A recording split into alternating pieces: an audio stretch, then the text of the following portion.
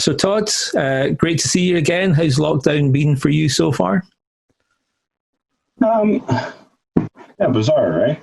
I mean, other than not recruiting as heavily as we would be at this point, and Olivia being off school, this part of the year has not been incredibly much more different than it would be, other than we've really been confined to the house. But homeschooling kept us pretty busy.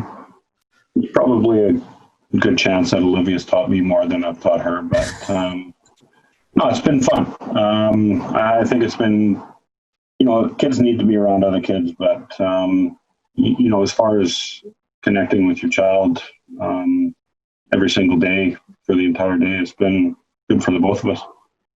So let's go back 3 months, middle of March. I mean, we were aware that something was happening in the world, and everything kind of sort of escalated really, really quickly. So what was going on behind the scenes at that point as we approached the sort of second last home game?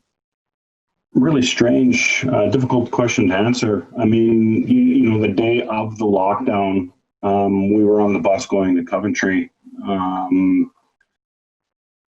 I'm not sure that everybody recognized the scale that this was going to accelerate to very quickly.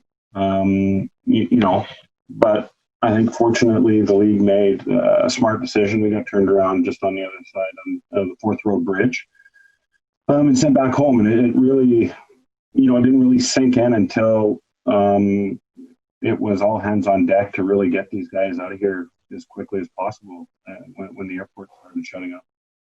And how much of a scramble was that? I mean, was there a concern that everything was going to sort of shut down, guys might not have got back home?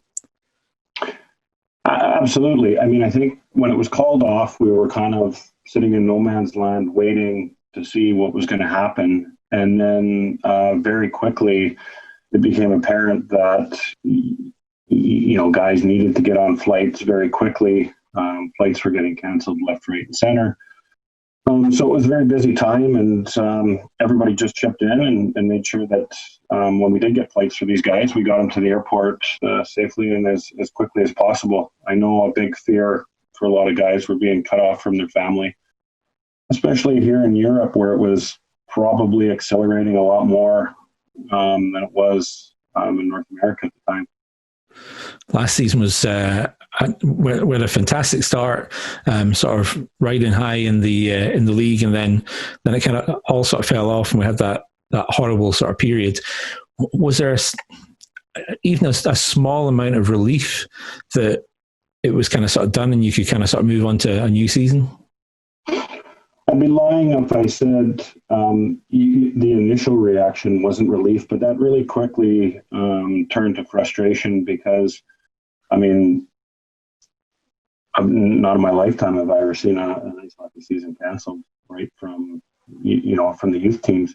So not to be able to have that closure, regardless of what the closure was going to look like, it has kind of left it unfinished. And talking to a number of the guys after we got them back and our local guys here, it's nice to have that closure to a season, regardless of where you finish, whether you finish on a high or low, or feel like you left something out there. It gives you the ability to take a deep breath and get right back to work, but that hasn't happened this year. So we're now middle of June, at a time when normally recruitment would be in full swing. So what's happening? Is anything happening? Do you have any idea of whether there's going to be a season next year? Yeah, okay. Well, time for a long-winded statement. I'll answer quickly and then I'll get into it. Recruiting is going on right now, and that's something that is just a continual presence. It probably stopped for a month and a half, maybe, from when it got canceled, just because there was a lot more important things to prioritize. But as far as speaking to guys and getting an idea of what guys are thinking, that's been ongoing. But, I mean, there's a lot of variables that come into play on this.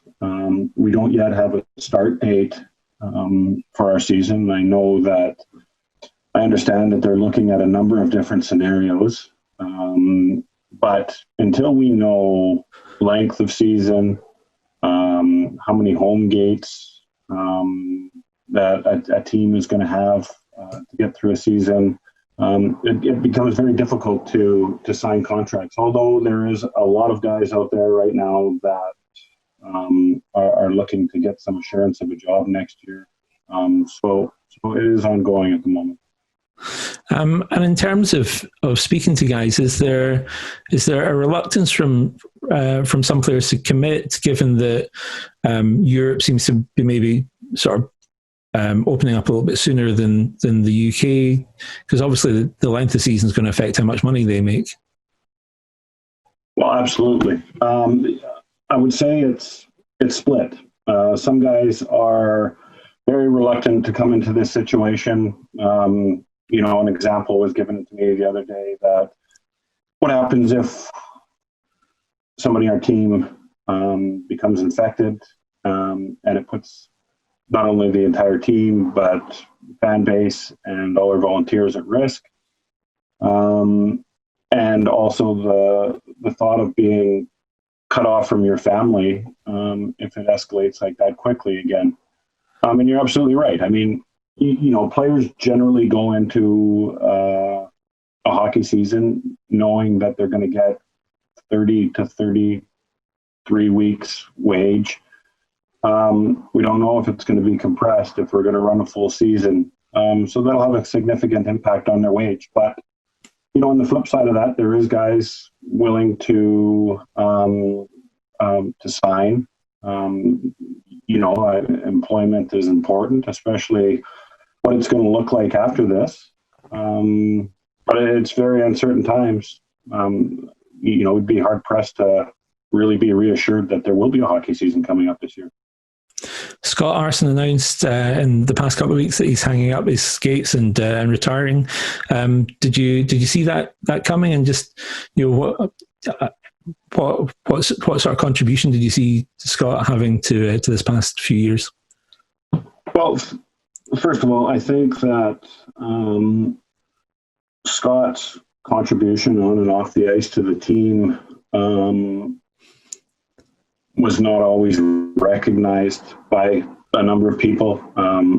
Not only is he an excellent hockey player, he's a first-class individual, and what a wonderful family. I did see it coming. I had a number of talks with his wife before the end of the season, and we discussed the option of doing something for him for the last home game, just to recognize not only his time with the Flyers, but his wonderful career. Unfortunately, that got cut short.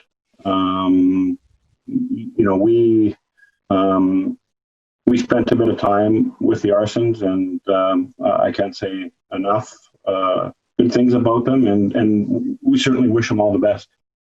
And this week, Kyle Just has signed for another club. He was a player that had a lot of potential last year, but maybe wasn't able to kind of sort of bring that out. Kyle came to the club, and just like you summed up the season there at the start, we were riding high very quickly. That changed significantly.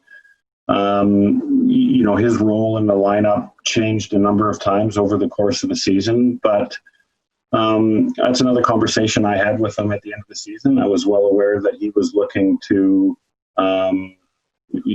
get another job closer to home, and another player that I hope does well